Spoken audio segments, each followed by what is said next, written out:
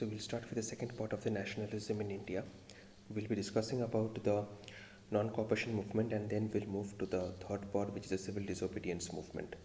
So when we were discussing the previous parts, what we understood was we read about the roller satyagraha, and this particular roller satyagraha was limited to towns and to villages.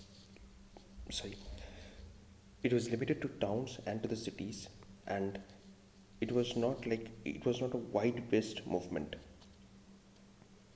To make it a wide based movement, to make it a broad based movement, now Gandhi wanted to launch a to make Gandhi to wanted to launch a broad based movement, and for that he wanted to make sure that the Hindus and the Muslims come close together. Now, if you want the Hindus and the Muslims to fight under one umbrella against the British, you need a one particular cause. Without that cause, it is impossible to bring the Hindus and the Muslims under one umbrella and to make them fight for the Indian freedom, or for like self government. Now, how to do that? Now, Gandhi was very lucky actually. During this particular time, as we already came across the event of the First World War, Turkey was already participating in the First World War against the British, and the Turkey was defeated by the British. So, what happened was this: as the Turkey was defeated by the British, and Turkey was ruled by Ottoman Emperor, a Muslim emperor. The Ottoman Empire was present during that time of Turkey.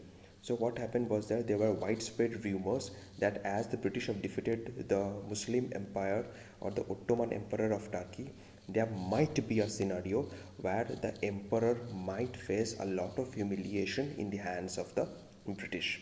So that is why this particular slide, which we are moving into it, talks about the second point. Just look at the second point. Is at the same time the British defeated the Ottoman Turkey. This is the name of the empire, the Ottoman Turkey, in the First World War, and there were rumors that the Ottoman Emperor, who was also the spiritual head of the Islamic world, would be mistreated by the British. So we need to understand one thing, that the Ottoman Emperor was not only the emperor of Turkey, but he was also the spiritual head of the whole Islamic world.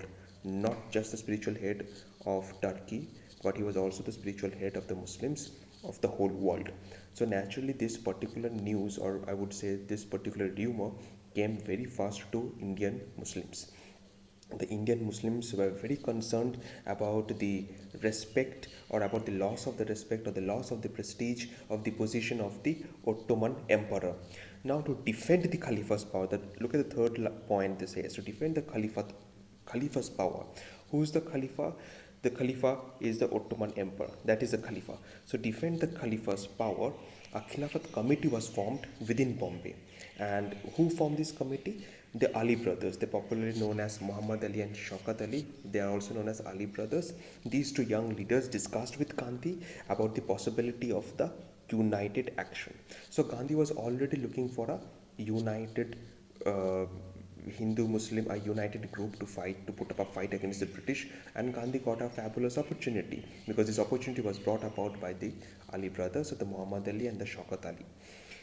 Now, as Gandhi saw this particular opportunity to bring the Muslims under the umbrella of a united national movement, so what happened at a Calcutta session means meeting. A meeting took place at Calcutta in the year of 1920. Gandhi convinced the other leaders to start a non-cooperation movement in support of two reasons. One is the Swaraj, and another was the Khilafat. If Gandhi removed this support for Khilafat, then Gandhi knew the Muslims might not be able to participate into this unified national or united national movement. Now we need to understand one thing. When I'm talking about this, none of the Muslims will participate. I'm not saying that all the Muslims won't participate. There were like many Muslims were already who are participating. There were many Muslims in the Indian National Congress, and they're already fighting against the British. But Gandhi, as I said, Gandhi wanted a wide-based movement. Gandhi wanted all the Muslims from across all the homes. Gandhi wanted all the Hindus across the homes. Gandhi wanted all the villagers, not only the people of the towns and cities. So Gandhi wanted a mass movement during this time. So Gandhi knew that he wanted to show a lot of support to the Khilafat issue, and hence the Muslims will be very happy to lend support to this particular cause.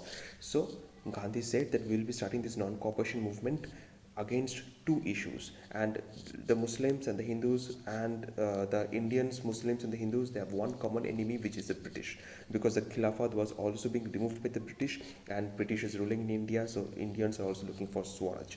So we have got one common aim, one common enemy, I should say, which is the British, and we have two aims, that is to support the cause of Khilafat and Swaraj. So this particular slide sums up into like this. The first point says the roller satyagraha, it has been a widespread movement, but still it was somewhere limited to the cities and towns. The first point again says the Gandhi felt that there was a need to launch more broad-based movement in India, and that can only be done when you bring the Hindus and the Muslims together. So at the same time, the British, Rajiv Gandhi was very lucky. At the same time, the British defeated the Ottoman Turkey in the First World War, and there were rumors which was coming to the ears of the Muslim brothers of our country that the Ottoman Emperor of Turkey, who was also at that time the spiritual head of the Muslims, he might be mistreated by the. Due to this particular fear, out of this mistreatment, the Ali brothers of Muhammad Ali and Shaukat Ali, they formed a Khilafat committee in Bombay, and these young leaders also discussed this particular issue with the Gandhi of bringing unified uh, groups of comprising Muslims and the Hindus, and to put up a united national movement. So normally Gandhi took this particular opportunity at Calcutta session of Congress in 1920. Gandhi convinced all the other leaders to start a non-cooperation movement in support of two reasons, or in support of two causes, I would say. One is the Khilafat and another is a Swaraj. Now, if you have to ask why non-cooperation movement, we need to understand one thing, that ever since Mahatma Gandhi took over the reins of the Congress, he had been offering cooperation to the British rulers. He appealed to the people to support the British government during World War One. The British government, in its return, appreciated the services given by Gandhi. However, the Jallianwala Bagh tragedy and the question of the Khilafat made Gandhi bitter against the government. So in 1920, he declared that he would lead a movement of non-cooperation unless the Rowlatt Act was amended and Punjab, that Jallianwala Bagh incident, was readdressed. Now, so he wrote in his book Hind Swaraj about the British rule, which was established in India. He also made people understand through his book that the British rule is operating in India with the cooperation of the Indians, and that can only be ended when that can only be put into end when the Indians stop cooperating with the British. How can Indians stop cooperating with the British? It's a very simple thing. All the goods, the Manchester goods which are coming from the Manchester, if Indians stop buying those Manchester goods, so what will happen? The British won't be able to get any money from the Indian customers. Or if the Indians boycott the schools made by the British, if Indians boycott the colleges made by the British, if Indians boycott all the services made by the British, what will happen is this: the moment British understands they are not getting any kind of cooperation, they might leave India.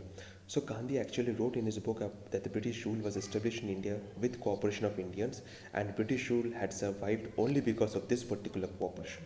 So if the Indians refused cooperation, then British rule in India would collapse within a year, and Indian would achieve the self-rule. Now, what are the factors contributing to this non-cooperation movement? As I already discussed, the factors which are contributed to the chief factors which contribute to non-cooperation movement are the Rowlatt Act and the Jallianwala Bagh massacre. And second, Gandhi wanted a broad-based movement against the British. Hence, he took up the Khilafat issue. So, if the question comes like, so what are the factors which contribute to non-cooperation movement? I have to raise three issues. First issue I have to raise is the Rowlatt Act. The second issue I have to raise about the Jallianwala Bagh massacre, and the third one which I have to talk about the Khilafat issue. Now, the next thing happens. So the non-cooperation is an idea. Now, how to translate that particular idea into a movement? So to translate that particular idea into movement, Gandhi proposed that this can be done through few stages. So what are the stages? The first stage will be the people of India, they have to surrender the titles which the British has awarded to the Indians. When I'm saying titles, by the word title I don't mean surnames. What I mean is this: suppose British have given someone a title like Raja, maybe the British have given someone a title like Sir, maybe the British have given someone a title like Rai Bahadur, maybe the British have given a title like Khan Bahadur or Khan Sahib. So the Gandhi said that we will be surrendering all the titles which were honored to us by the British. Secondly, Gandhi said we will be boycotting the civil services, we will be boycotting the army, we will be boycotting the police, the courts, legislative councils, schools, and all the foreign goods which are coming from the Manchester. Now, if you ask me why they are going to boycott the army, the police, the courts, again I'll repeat the same thing, that these represent, or these are the symbols of the British. Hence, Gandhi asks them to boycott all these things. But mark one thing, in this slide, Gandhi has never talked about anyone to becoming violent, because Gandhi himself is a non-violent nature. So the second point says the many within the Congress party, they were very concerned about this particular proposal. They said that no, this might not work. They refused to boycott these council elections. They said it is better that we contest elections and we move to the legislative council, and if we win elections, if we move to legislative council, we will make sure that act like Rowlatt Act does not get passed in the legislative council. What is the use of taking part in these hartals, and what is the use of boycotting civil service, what is the use of boycotting army, police, courts? These are not at all a hard approach against the British. And they also feared, like they have this experience of this Rowlatt Act, they know how the movement turned violent. So they also feared that the movement of the non-cooperation movement, it might lead to violent. But somehow Gandhi, as he was becoming more and more prominent amongst his friends, Gandhi tried to convince everyone at Nagpur session. This is not Calcutta session, this is Nagpur session in December 1920, and finally everybody understood what Gandhi wanted to do, and they got convinced, and non-cooperation movement was adopted at the Nagpur session in December 1920. Normally particular question comes, the match the polling comes, please do not get confused, please do not write Calcutta session. Everything happened in the Nagpur session. In the Nagpur session, the non-cooperation movement was adopted, not in the Calcutta session. If I have to go to the previous slide, what you will find out is this: in the Calcutta session of the Congress, Gandhi convinced the other leaders of the need to start a non-cooperation movement. So this is where at the Calcutta session, Gandhi is still in the process of convincing people, making them understand that we need to start a non-cooperation movement in support of Khilafat and Swaraj. But in the Nagpur session, in the Nagpur town, in the year December 1920, the non-cooperation movement was finally adopted by Congress party, and they said yes, we'll go ahead with Gandhi's idea, yes, we'll go ahead with the non-cooperation movement. And the non-cooperation movement and the Khilafat movement began just 1 month later. So 1 month later means December, so 1 month later will become January, hence the 1920 year will change to 1921. Just mark this, from December to January, just 1 month later this thing happened. So in the Nagpur session this was adopted, and the whole thing began in January 1921. Just 1 month ka gap is there, only 1 month. So this particular slide is very important. So how could the non-cooperation become a movement? I told you the non-cooperation is basically an idea. So to make it a movement, Gandhi proposed few steps, few suggestions, and the few steps were that you have to first surrender the titles which the British government has awarded to you. Gandhi said what? Boycott the civil service, boycott all the symbols of the British, boycott the army, police, court, legislative council, schools, and foreign goods and everything. But again, many within the Congress party, they were not very happy with this particular idea, and they were also fearing that this particular non-cooperation movement once again, like Rowlatt Act Satyagraha, might turn violent. And again, there was a section of the Congress leaders, they said, why to take part in this non-cooperation movement, why to take part in these hartals and everything, why can't we just go and participate in elections? So if we win the elections, what we can do is we will not allow act like Rowlatt Act to be passed in the first place. But ultimately Gandhi convinced everyone. Gandhi said no need to fight election, we'll boycott the election, no need to fight the council elections, and if we boycott the council elections, we're also boycotting the legislative council. So when we are saying boycotting, we'll boycott everything. So the British, the moment they say that they are not getting any kind of cooperation from our end, they'll leave the country. Now this non-cooperation movement and this perception of Swaraj is the third slide which we're entering. Now this particular slide, we need to understand one thing: this movement in three stages. How this non-cooperation movement spread in the towns, how the non-cooperation movement spread in the villages and tribal areas, and how the non-cooperation movement spread in the tea plantations. Now, why we are reading in a three separate parts? Because you need to understand one thing: the people of the towns, the people of the villages, and the people or the workers of the tea plantations. They did not understand the word of Swaraj equally. The people of the towns, they're quite educated. They go to schools, they go attend colleges, so they understood what Gandhi wanted to do. Movement was quite successful, I should say, in the towns, but the non-cooperation movement was not at all successful in villages. It was not successful in the plantations. Why? Because people did not understand this concept of Swaraj properly. So, first of all, to understand this, so the various social groups the various social groups of the people participate in the non-cooperation movement, but the term Swaraj meant different things to different people. So that is the big problem. It was formed. The moment we move to the other slides, you'll be able to understand. In towns, it was very okay. People boycotted the schools, people boycotted colleges, people boycotted elections. People said we will be not buying any kind of clothes which are coming from Manchester. So in town, it was quite okay. So if I move to the non-cooperation movement in the towns, as I said, the same things I could written here. Non-cooperation Khilafat movement started with the involvement of middle-class people in the cities. Thousands of students left the government schools, the colleges. Not only the students, you need to understand one thing: if the teachers also did the same thing, the headmasters, the teachers, they also resigned. So it's just not the student who participate in the non-cooperation movement. So the students, along with the headmasters and the teachers, even the lawyers gave up the legal practices. The council elections, which the certain section of Congress leaders they wanted to contest, that council elections were also boycotted, except Madras. Why Madras? We'll be discussing in the later slides. So, what was the effect of non cooperation on the economy? The foreign goods were boycotted, liquor shops were picketed. The word picket means like if out of protest, if I and my few friends stand in protest in front of the door of your shop and do not allow you to open the door of the shop, will you be able to open the shop? You won't be able to open the shop. So, that is called picketing. So the liquor shops were picketed. The foreign clothes were burned in huge bonfire. The foreign goods were boycotted. And so the moment all these things happened, if you're burning the foreign clothes, so the import of the foreign clothes also declined. Traders also refused to trade in foreign goods or even finance the foreign goods. So as the boycott movement spread, people began rejecting the imported clothes and wore only clothes which were made by Indian textile mills. So again, I repeat myself, this non-cooperation movement, people understood the people of the towns, they understood the basic idea behind non-cooperation, and they have participated with full vigor, and they have participated wholeheartedly, and whatever Gandhi wanted them to do, they have done. But the problem did not arise in the towns. The problem arose in the villages, in the tribal areas, and in the plantations.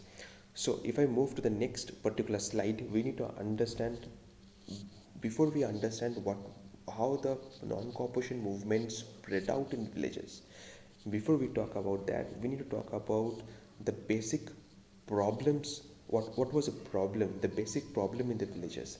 What happened was this: that the peasants, they had to pay a high rent to the landlords and to the talukdars. So the peasants in the villages, they were not at all happy with the high rent. So they understood that if we protest against these talukdars, if we protest against these landlords, so what will happen is this: the landlords and the talukdars, they would decrease the rent. Not only that, the peasants also had to do farm work. Like they have to work in the landlord's farm, and they would never get any kind of payment. So you are working on the farmland of a landlord without receiving any payment, so you're literally working at free. So there were many problems. So first problem was the rent was high. The second problem was you're working at the landlord's farm and you're receiving no money. Third problem is peasants had to do a bigger. Look at this spelling. There's only one G. It's not double G. If it was double G, then that beggar means bhikhari. But it's one G, beggar. So peasants had to do beggar. Beggar means what? Peasants were forced to work in the houses of landlords against their will, and yet they were not paid anything, but they cannot say no to the landlords. So they have to do against the will, but they will not receive any form of payment, but again at the same time they can't say no. So peasants had to do bigger. They had to work at the landlord's farm. The landlords demanded high rent from the peasants. So all these things accumulated a lot of anger within the heart of the peasants, and the peasants demanded let the revenues be reduced. The peasants demanded let the beggar be abolished. The peasants demanded of boycotting the landlords. So you can make it out that the peasants were very angry against the landlords, not because of any reasons associated with British, but of problems which was present at the local area. So they had a problem against the landlords, they had a problem against the talukdars, and they were angry. Even the barbers and the washermen, they also boycotted the landlords, and they said that we will not give any service to the landlords because normally these landlords never treated them with full respect. So what happened was Nehru began visiting all these villages to understand the problems of the peasants, and by October 1920, Audh Kishan Sabha, because all these things are taking place in an area called Awadh, and the peasants were led by whom I forgot to mention is by this particular individual called Baba Ramchandra. So this is you need to understand one thing. So all these incidents are taking place in a village called Awadh, and these peasants had a lot of grudge, had a lot of complaints against the landlords, and who were leading these peasants, Baba Ramchandra. And the moment Nehru started visiting the villages to understand the problems faced by the peasants, and by October 1920, an Audh Kishan Sabha was formed by Nehru and by Baba Ramchandra, the same guy, this Baba Ramchandra. So Audh Kishan Sabha was formed in which year? October 1920. This Audh Kishan Sabha was set up by whom and whom? By Nehru and by Baba Ramchandra. Then we will be talking about the next slide, where from the next slide we actually start discussing about the non-cooperation movement in the villages. So what happens is this: the moment the non-cooperation movement was happening in the towns, the non-cooperation movement spread into the villages. So as the non-cooperation movement spread in the villages, the first idea was, or the effort of the Congress was to include the Awadh peasant struggle into the wider struggle. So we already understood how the Awadh Kishan Sabha was formed. They said, so already the peasants are very angry against the landlords. So why not include the Awadh peasant struggle into the non-cooperation movement? So this was a basic idea. So the moment this was done, the villagers did not understand the proper idea of national cooperation movement, the non-cooperation movement, I'm sorry. They did not understand why the non-cooperation movement was done. Their issue is completely local. Their issues are not national, but non-cooperation movement was done on the basis of national issues and not on local issues. So the moment this was done, the houses of talukdars and merchants were attacked. Bazaars were looted. Local leaders told peasants that Gandhi had declared to people of not paying taxes, when Gandhi has not said anything like that. And the rumors were spreading fast that Gandhi has said that the land has to be redistributed among the poor. So what happened was this: the name of the Gandhiji was misused. Congress was unhappy with such development of the peasant movement. I repeat this slide once again. As we understood, Gandhi wanted to spread this non-cooperation movement from towns to villages, and in what better way can you do it? Gandhi wanted, and the Nehru wanted, the Congress wanted to make sure that the Awadh Kisan Sabha, the peasants were complaining, and the Awadh Kishan Sabha let them be included into this bigger fold of non-cooperation movement. The moment it was done, the peasants who were quite uneducated, they did not understand the real reason behind non-cooperation movement. They did not understand that we are fighting for Swaraj. They did not understand that we are fighting for Khilafat issues. They understood that we are fighting against the talukdars. They understood that we are fighting against the landlords. So what they did was this: they burnt the houses of talukdars and merchants. So you can make it out the movement was turning violent in the villages. Bazaars were looted. I mean, Gandhi never says to loot any shop or any bazaar, and they just did that thing. Even many places, the local leaders also told the peasants that Gandhiji had declared people not paying taxes. Even there were rumors like the land have to be redistributed among the poor people when Gandhi has not promised anything of this. So what happened? You understood that the non-cooperation movement did not take place properly in the villages. The non-cooperation movement took place properly. It was quite successful in the towns. The way Gandhi wanted the non-cooperation movement to happen, it happened, but not in villages. So this is how the non-cooperation movement took place in villages. Now if we move how the non-cooperation movement happened in the tribal areas. In the tribal areas also there was a similar situation.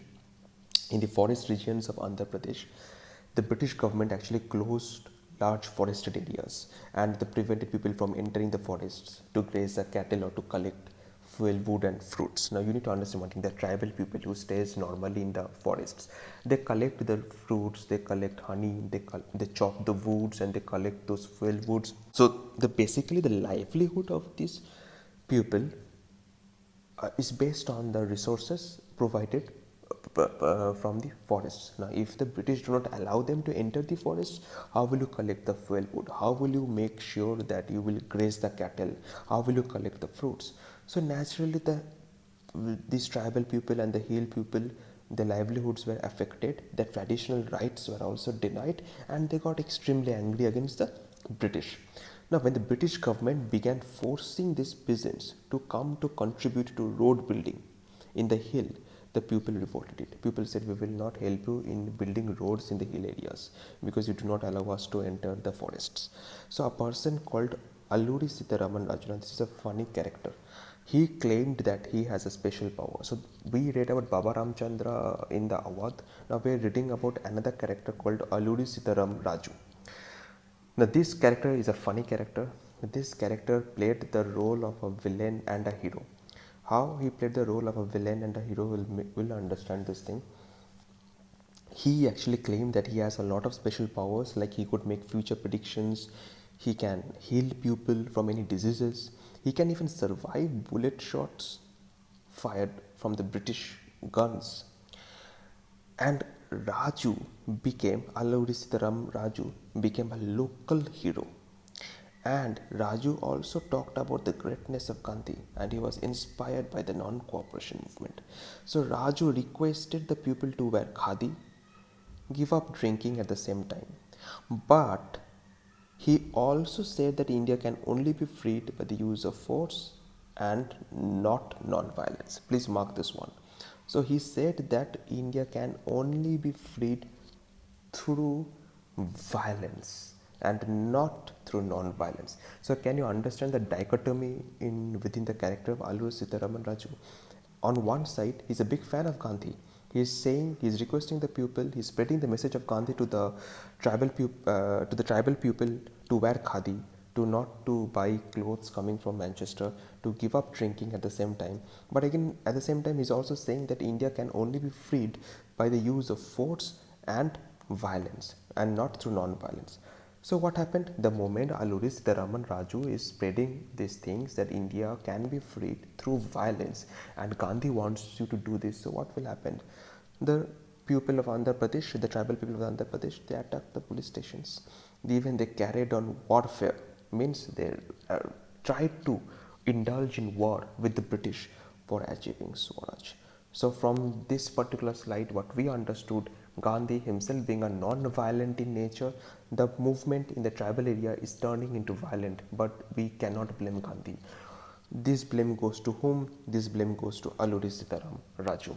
In the previous slide, what we understood about the Awadh ka Kisan Sabha, though Baba Ramchandra never tried to spread rumors in Gandhi's name, but the rumors ultimately got spread in Gandhi's name that the land is redistributed amongst the poor, you don't have to pay any taxes, and the people tried to attack and burn down the houses of the talukdars and the landlords. So ultimately what happened was is even the movement in the villages was also turning violent in the name of non-cooperation movement. So you can make it out. Once again, I'm repeating, the non-cooperation movement was quite successful in the towns, but what from these two slides we understood, the non-cooperation movement utterly failed in the tribal areas as well as in the villages. So if the question comes to you, how was the non-cooperation movement in the villages and the tribal areas, so this from these two slides you have to collect the points, and you have to talk about Baba Ramchandra and Alluri Sitaraman Raju. You have to talk about Awadh, and you have to talk about Andhra Pradesh, and you have to talk about what are the incidents happened. Now finally we are coming to this point of Swaraj in the plantations. So how does the plantation workers reacted to this non-cooperation movement? To begin, how they reacted to this non-cooperation movement, we need to understand the local problem uh, of the plantation workers. The local problem of plantation workers are like the students of the boarding school. The plantation workers, they were not permitted to leave tea gardens without the permission of the British. Why? Because there is a law, the name of the law is Inland Immigration Act. Immigration means to go out. So under this Immigration Act, the plantation workers were not permitted to leave tea gardens without permission. So it's like the boarding students, they cannot leave the boarding campus without the permission. So when these people heard this non-cooperation movement, thousands of the workers, they defied the authorities, left the plantations and headed towards the home. They also believed the rumors that everyone would be given the land in their own villages.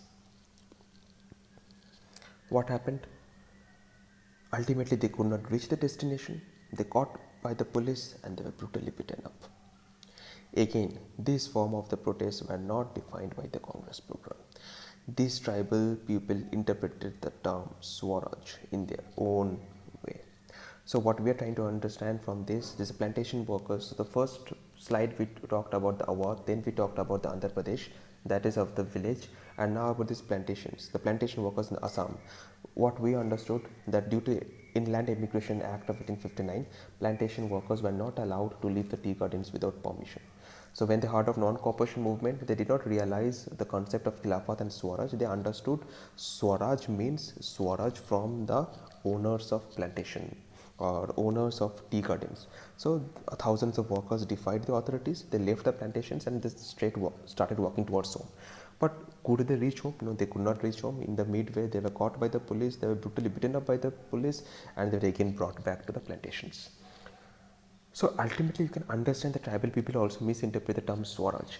You can also understand one thing, that the village people and the tribal people and these plantation workers, they are not actually participating in non-cooperation movement to fight against British, to fight for the cause of Khilafat, to fight for the cause of Swaraj. What they are doing is this: they're fighting and trying to look for solutions present in the local level. These plantation workers, they are frustrated and they are angry against this plantation workers, so they are trying to looking for some solutions at the local level. So to them, Swaraj does not mean self-rule. To them, the Swaraj means what? To them, Swaraj means freedom from these cruel authorities or the cruel landowners or the plantation owners. Now, what happened to the ultimate fate of non-cooperation movement? Ultimate fate of non-cooperation movement was that the ultimately the non-cooperation movement had to be withdrawn. Now, in February 1922, a particular incident happened. The incident's name is Chauri Chaura incident. Chauri Chaura is a particular place in Uttar Pradesh. The movement of non-cooperation came into a grinding halt when Mahatma Gandhi ordered it to be withdrawn. He had to take this painful decision just because this angry mob which attacked and burned the police station at Chauri Chaura. The Chauri Chaura is a village in Uttar Pradesh, and 22 policemen were killed. Don't forget these don't forget these numericals. 22 policemen were killed as the police station was burned. So Gandhi felt that the nationalist workers, they have not properly understood the philosophy of non-violence. The moment you're burning the police station along with 22 policemen, you can make it out the whole movement has turned violent, when the non-cooperation movement was supposed to be based on the principles of satyagraha, on the principles of ahimsa, but that did not happen. So he understood the national workers were not, they did not understand the philosophy of non-violence. They did not understand why are we fighting for non-cooperation and what is the meaning of non-violence. He did not want the movement to degenerate into contest of violence with police.